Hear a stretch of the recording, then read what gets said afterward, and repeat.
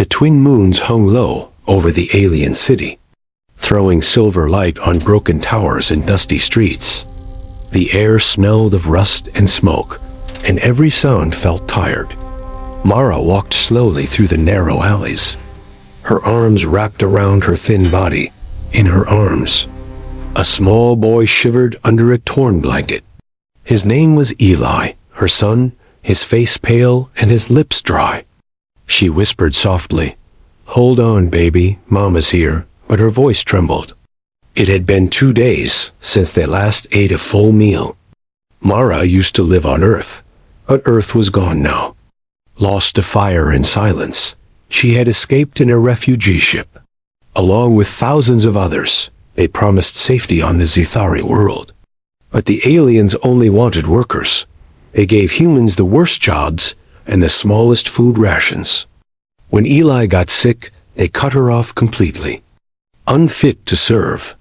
Unfit to feed, the overseer had said coldly now.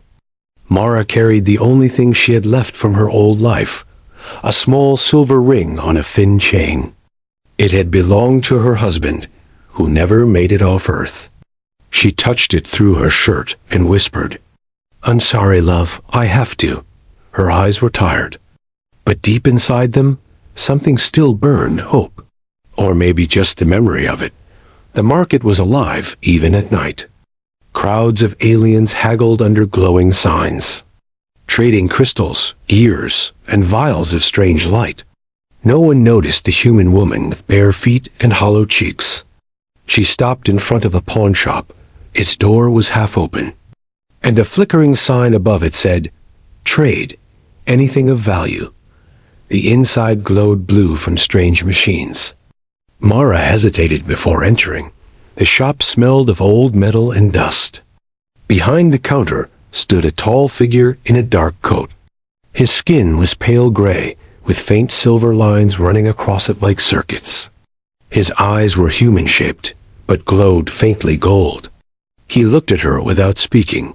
"I want to sell this," she said quietly. Taking off the ring and placing it on the counter, her voice broke.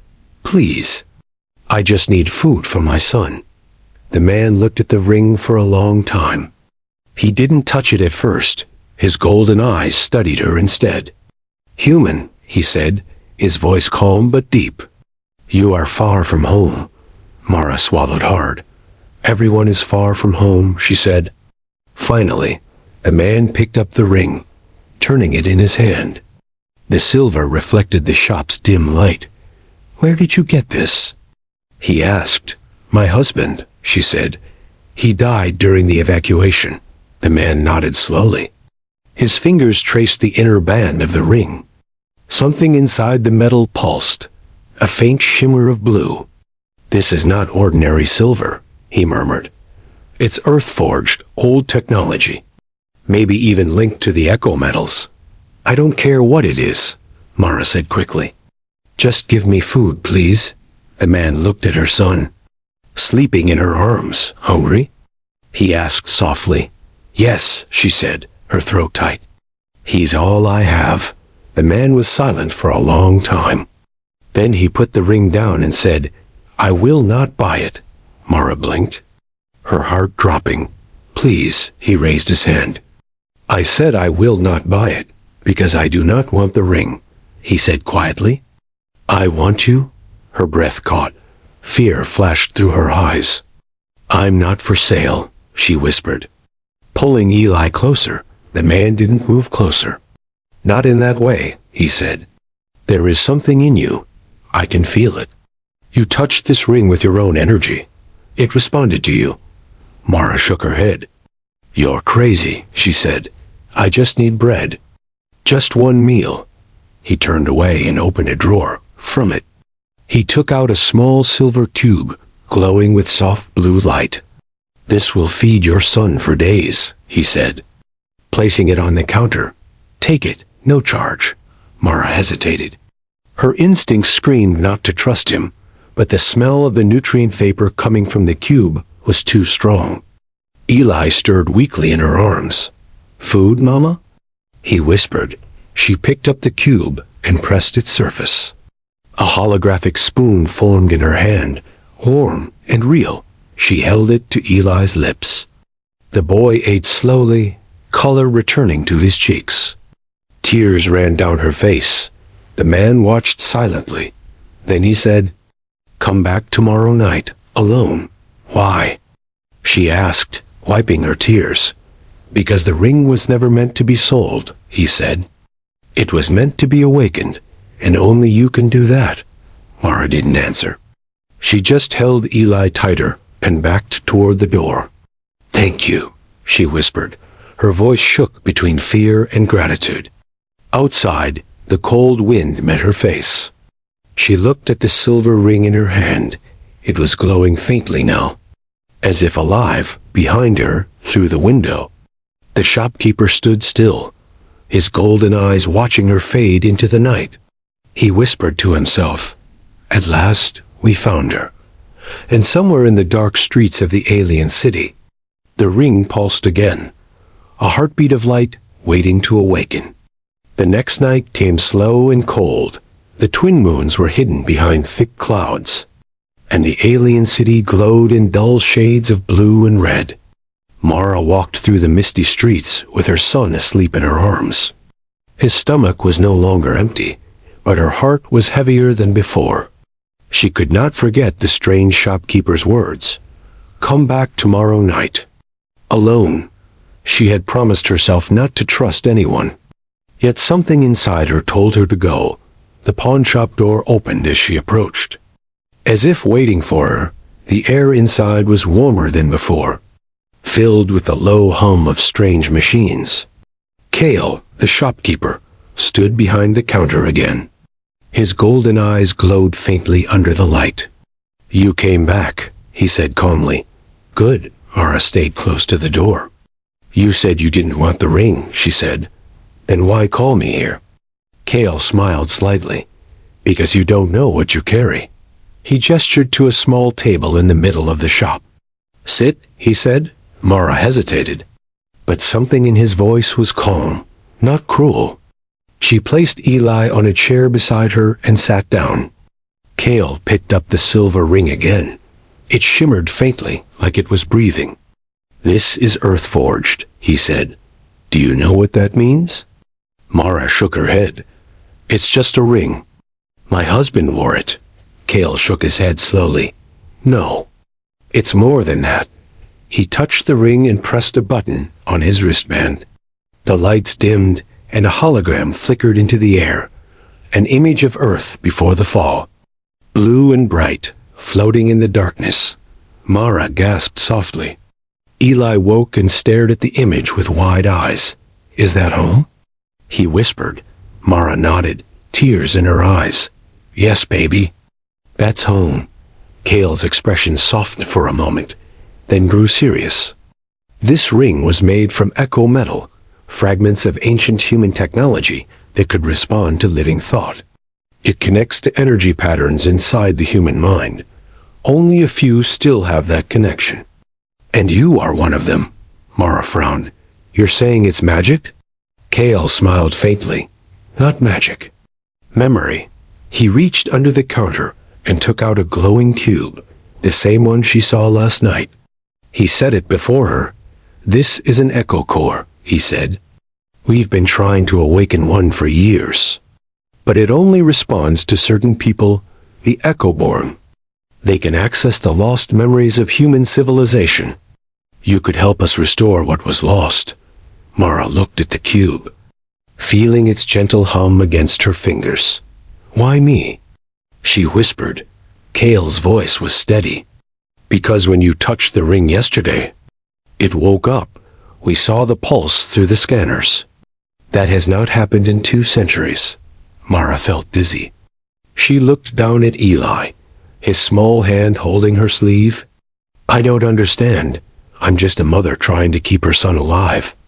Kale nodded. "And that's exactly why the echo responds to you. It recognizes something pure, the will to protect life." The room grew quiet. Only the hum of machines filled the air.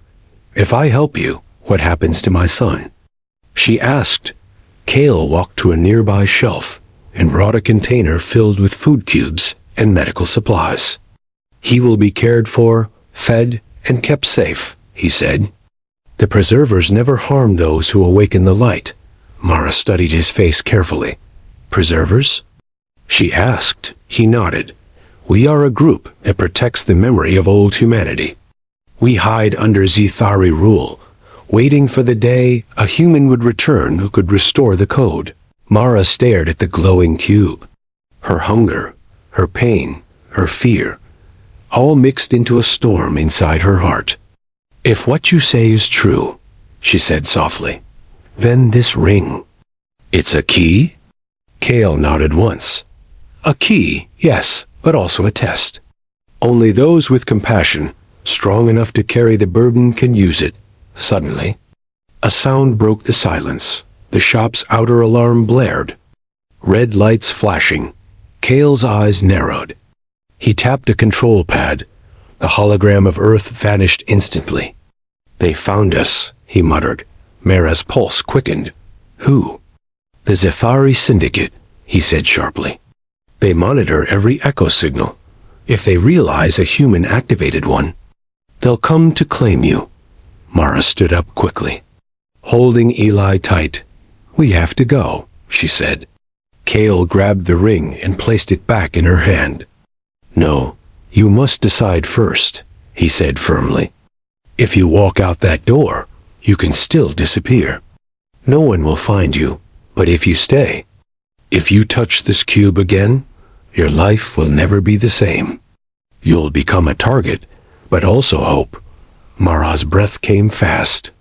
The sound of footsteps outside grew closer, metallic and heavy. Eli whimpered. "Mama," he whispered. Mara looked at Kale. "If I help you, you'll protect him?" Kale nodded once.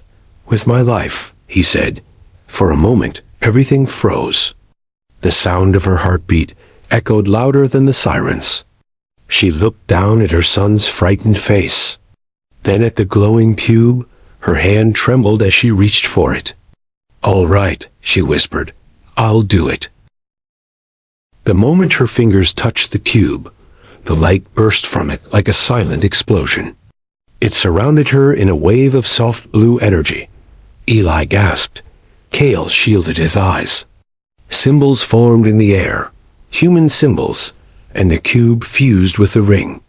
Becoming one outside, the syndicate guards kicked down the door, but the light pushed them back. Kale smiled faintly through the glare. "You've chosen, Mara," he said. "Now everything changes." The light faded slowly. And when it did, Mara was no longer just a mother. The mark of the echo glowed faintly on her palm.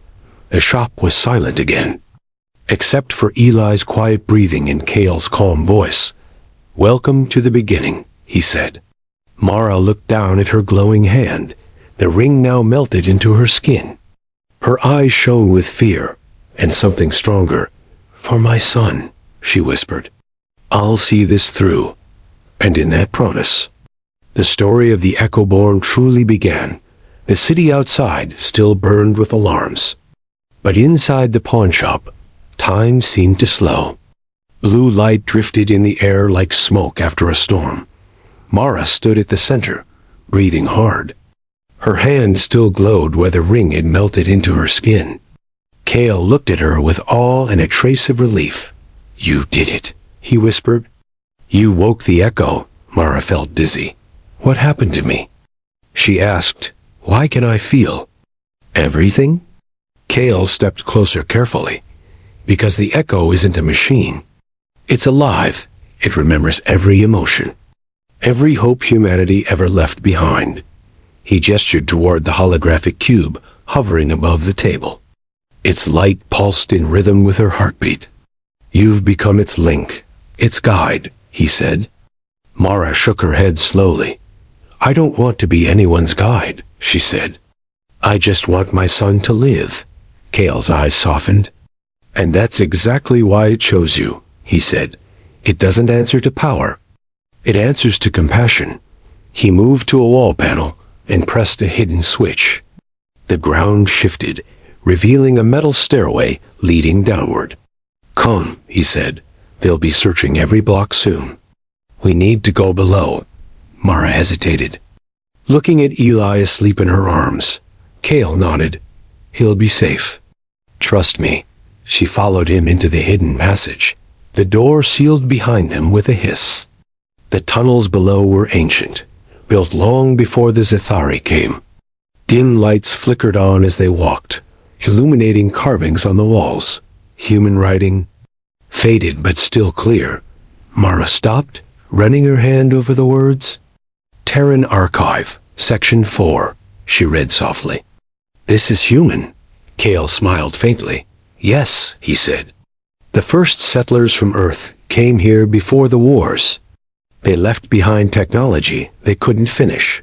The Zethari found it, twisted it, used it for control.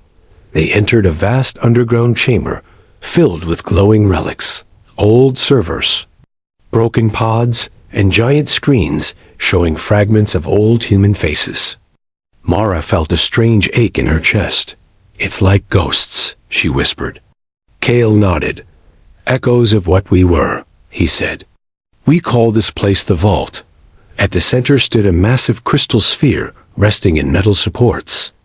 It pulsed faintly, the same blue as the cube. Kale approached it and looked back at her. "Touch it," he said softly. Mara frowned. "Why?" "Because it knows you," he replied. Mara walked slowly to the sphere. Feeling the hum in her bones, she reached out, her fingers brushing the cold surface. The world changed instantly. The air filled with light, and her mind exploded with visions. Earth's oceans, cities shining under sunlight. Laughter, music, people working together. Then fire, war, silence, the earth cracking open. Billions of voices fading one by one. She gasped, pulling her hand back. Falling to her knees, Kale rushed to her side. "Breathe," he said gently. "You saw them, didn't you?" Mara nodded, tears streaming down her face. "So much pain," she whispered. "Why would it show me that?" Kale's voice was calm. "Because it needed you to remember. Humanity didn't die. Mara, it hid itself here, in these fragments, waiting for someone who still cared enough to listen." She looked at him, confused and scared. "You mean humans aren't gone?" Kale smiled slightly. "Not entirely," he said. "Their bodies are gone, but their consciousness, their memories, live inside the Echo Network. The ring you carried was part of its signal key. You've reconnected it." Mara stood shakily, looking at the glowing crystal. "What happens now?" she asked. "Now," Kale said, "it begins to rebuild." He moved to a console, typing commands quickly. "With your connection, the Echo can restore lost archives, technology, medicine, history," he explained. "But it will also draw attention. The Zethari fear human rebirth. They destroyed Earth because they knew what humans could do." Mara felt a chill run down her spine. "You said I was an Echo born," she said. "Are there others like me?" Kale paused. "There were," he said quietly. "Most were hunted down. The Syndicate feared them. But some of us hid survivors, children who carried the code unknowingly." He looked at her. "Your son may have inherited it too." Mara stared at Eli, asleep against her shoulder. "He's just a boy," she said. "I don't want him involved." Kale's tone was gentle. "The universe rarely asks what we want," he said. "But it gives us purpose when everything else is gone." A distant explosion shook the tunnels. Dust fell from the ceiling. Kale checked a scanner. "They've found the outer entrance," he said. "We need to move deeper." Mara looked at the sphere. Its light glowing stronger. "Can we take it?" she asked. Kale shook his head. "It's too large. But the core is linked to you now, wherever you go. It follows through the signal." As they ran through the tunnels, the lights flickered faster. The echo was awakening more sections of the vault. Human voices echoed faintly from the walls, fragments of language and song. Mara stopped for a moment, staring as a holographic image of a woman appeared before her. The woman's face was kind, her voice soft. "If you are hearing this, then humanity endures," the hologram said. "Protect the light, and it will protect you." Kale touched her shoulder. "That was one of the founders," he said, Dr. Lyra Chun, the last leader of the Terran colonies. Mara's voice trembled. "She sounds alive." Kale smiled faintly. "In a way, she is." They reached another sealed door. Kale pressed a code, and it opened to reveal a hidden train platform. Old transport pods rested on magnetic rails. "This will take us to the preserver base," he said. "You'll be safe there."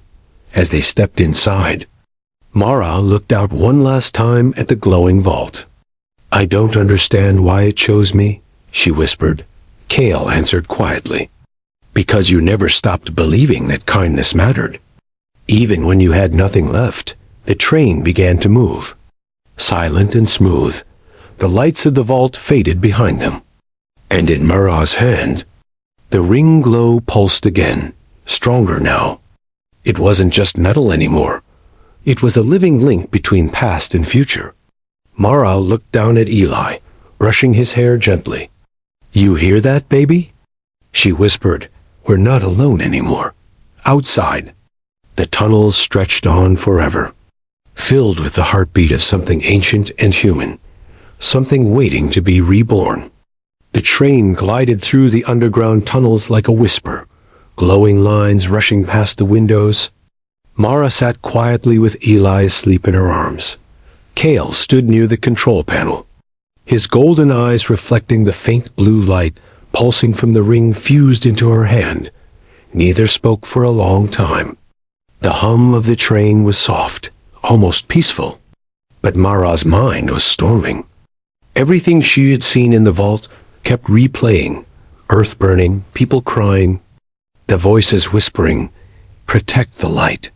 She looked at her son, and then at Kale. "You said the Zethari destroyed Earth," she said finally. "Why?" Kale turned slowly, his voice calm but heavy. "Because humanity was different. Humans had empathy, connection. The Zethari saw it as weakness, but they also feared it. Humans built the Echo Network, a system that could share emotion across minds. No barriers, no lies. If it had spread, no empire could have survived. So they erased the ones who made it." Mara looked down at her glowing hand. "And now it's back," she said softly. Kale nodded. "Yes. Through you." The train slowed as it approached a new chamber. The doors slid open to reveal a hidden base carved deep under the city. Dozens of people, human and alien, turned to look. Some were mechanics, others medics, and a few wore robes like Kale's. They bowed slightly as he stepped out. "Preservers," he said. "This is her." "The Echo-born," the crowd murmured in awe.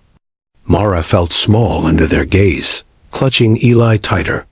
Kale guided her through the base, past old human relics, books, broken machines, a cracked Terran flag hanging on the wall.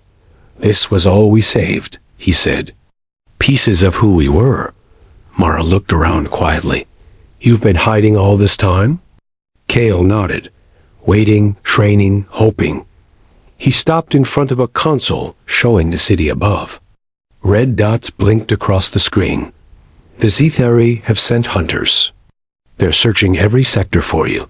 Fear struck through her chest. "They'll kill us," she whispered. Kale's tone stayed calm. "Not if we act first." He touched the console and brought up a new image, a reactor core deep beneath the city. "This is their control station," he said. "It powers the network that keeps humans tracked and enslaved. If the Echo can reach it, we can free every human mind on this planet." Mara frowned. "You want me to go there?" Kale nodded. "Only you can. The Echo inside you can override their systems. It will be dangerous, but it could save thousands." Mara took a step back, shaking her head. "No. I'm not a soldier. I can't fight. Kale's expression softened. "You don't need to fight," he said. "You just need to connect."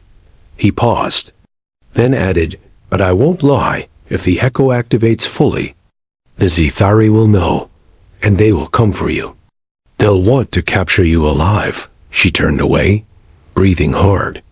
The idea of going into enemy territory made her stomach twist. "You're asking me to risk my life," she said. "And my son's." Kale walked closer but kept his distance. "I'm asking you to give him a future," he said quietly.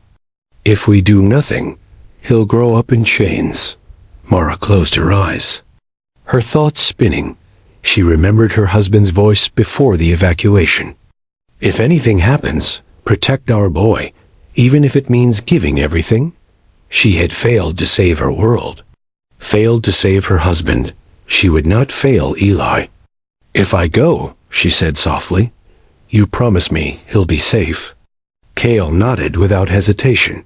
"I swear it," one of the preservers, a tall alien with violet skin, stepped forward. "We'll take care of him," she said. "He'll be hidden until you return." Mara crouched down and touched Eli's face. "Mama has to go for a little while," she whispered. "Be brave for me." The boy stirred, eyes fluttering open. "Will there be food?" he asked sleepily. Mara smiled through her tears. "Yes, baby. Plenty." She kissed his forehead and handed him to the alien woman. Her chest ached as she let go. Kale handed her a small device, a metallic bracelet with faint symbols. "This will guide you through the tunnels to the reactor," he said. "It's connected to the echo inside you. It will show the way." Mara slipped it on, the symbols lighting up. "What if I fail?" she asked. Kale met her eyes. "Then we die trying," he said simply. They moved quickly toward the departure bay, where an old cargo shuttle waited. Its engines hummed softly. Kale climbed aboard beside her. "You're coming?" she asked. He nodded. "I won't let you face them alone." The shuttle lifted off, shaking dust from the ceiling. The underground base faded behind them. For a moment, silence filled the cabin. Mara looked out the window at the tunnels rushing past. "Do you ever get tired of hoping?" she asked. Kale smiled faintly. "Every day," he said. "But then someone like you appears, and I remember why we started." They broke through into the city's lower levels. Dark and empty, the reactor tower rose in the distance. Glowing with sickly red light, Mara felt the ring pulsing again. Stronger this time, as if calling to it. "It's waiting," Kale said quietly. "The echo inside their network is still human, trapped, twisted, but human. It's reaching for you." Mara took a deep breath. "Then let's set it free," she said. The shuttle descended silently onto a hidden platform. The air outside buzzed with the sound of drones and mechanical guards. Kale checked his scanner. "We go through the service ducts," he said. "Stay close." As they crept through the shadows, the glow from her hand illuminated the walls, forming faint patterns that moved like living light. Mara didn't understand them, but somehow they felt familiar. Words, songs, fragments of a lost world whispering in her head. "You are the bridge," they said. "Don't let the flame die again." When they reached the last door, Kale stopped. "Once we open this, there's no turning back," he said. Mara looked at him, fear trembling in her voice. "I never wanted any of this," he nodded. "No one ever does. But destiny doesn't ask permission." She placed her glowing hand on the scanner pad, and the door opened with a hiss. Beyond it lay a vast chamber filled with humming power conduits and alien symbols. The reactor core pulsed in the distance like a beating heart. Mara stared at it, realizing what she had to do. "Let's finish this," she whispered, and as she stepped into the blinding light of the chamber, the echo within her stirred again, stronger than ever, whispering of sacrifice, rebirth, and the choice that would decide the fate of two species. The reactor chamber was a storm of light and noise. The air shimmered with energy, and the metallic floor vibrated under every step. Mara's eyes burned from the glare as she followed Kale toward the massive core pulsing in the center. It glowed red and black, alive, angry, and hungry. Around them, the Zethari guards moved like shadows, their armor reflecting the light of alien runes. Kale raised his hand, signaling her to stay low. "The echo signal inside the reactor is corrupted," he said quietly. "You'll have to touch the core directly to purify it." Mara's heart pounded. "What if it kills me?" Kale looked at her, his golden eyes soft but steady. "It won't," he said. "It's waiting for you." They crept closer. Hiding behind broken machinery, the sound of Zethari voices echoed across the chamber, harsh. Metallic words of command. Kale checked a small control pad and whispered, "When I say now, run to the platform." Mara nodded, clutching the bracelet that pulsed in rhythm with the ring fused to her palm. She could feel the echo inside her, awake and aware, whispering fragments of thought like half-remembered dreams. "You are the breach. You are the light." Kale pressed a button on his device, and a blinding flash erupted across the far wall. The guards shouted, weapons raised, "Now!" He yelled. Mara sprinted from cover, her boots slamming against the metal floor. Blasts of energy struck the ground around her. She stumbled but didn't stop. The core loomed ahead, rising like a black sun. She reached the platform and pressed her glowing hand against the reactor's surface. Pain exploded through her body. She screamed, but her hand wouldn't pull free. Blue and red light clashed violently. The echo fought to overwrite the corruption, while the reactor's alien systems resisted. Kale ran toward her, firing at the guards. "Hold on, Mara," he shouted. Her mind split open, visions pouring in, thousands of human voices crying out. Trapped within digital prisons, echoes of Earth's final broadcast. "This is Commander Avery of the Terran Defense Fleet. Humanity endures." Then the Zethari voices took over, cold and cruel. "You belong to us now." The two forces clashed inside her like fire and ice. She felt herself fading, but then, through the chaos, she heard another voice, Eli's, soft and innocent. "Mama, you promised." Her eyes snapped open. The light around her turned white, blinding and pure. The reactor's red glow shattered as waves of blue spread outward. Machines shut down, alarms died. The Zethari guards fell back. Covering their faces, Kale dropped to his knees. "Watching in awe, by the stars?" He whispered, "She's doing it." Mara's body hovered above the platform, her hair floating in the charged air. The echo symbols spiraled around her like living light. "Humanity endures," she whispered, her voice not just her own, but 1,000 voices in unison. The light surged through the walls, racing across the city above. Every human collar, every slave chip, every surveillance drone flickered and went dark. Across the alien metropolis, humans gasped as the weight of control lifted from their minds. In the Preserver's base, Eli stirred awake. The alien woman caring for him gasped as the lights around them shifted to a calm blue. "She did it," she whispered. "She freed them." The boy smiled faintly, as if he somehow knew. "Mama's coming back," he said softly. Back in the reactor, Mara collapsed to the ground, her body trembling. The light slowly dimmed. Kale rushed to her side and caught her before she fell. "Mara, stay with me," he said. She looked up weakly, her eyes glowing faintly blue. "Is it done?" she asked. Kale smiled through tears. "Yes, the network's broken. They can't control humans anymore." But before relief could settle, a loud roar filled the chamber. The central monitor flashed crimson. A massive hologram appeared, the face of a Zethari warlord. Eyes like burning coals. "You dare defy us, human?" It snarled. You think you can undo what we built? Kale stood in front of her, his weapon raised. It's over, Tzu, he said. Your reign ends tonight, the warlord laughed. You freed the humans, yes, but you also awakened something older. Something even your kind could not contain. Mara's hand began to glow again. Stronger than before, she felt the echo stir. But this time, it wasn't chaotic.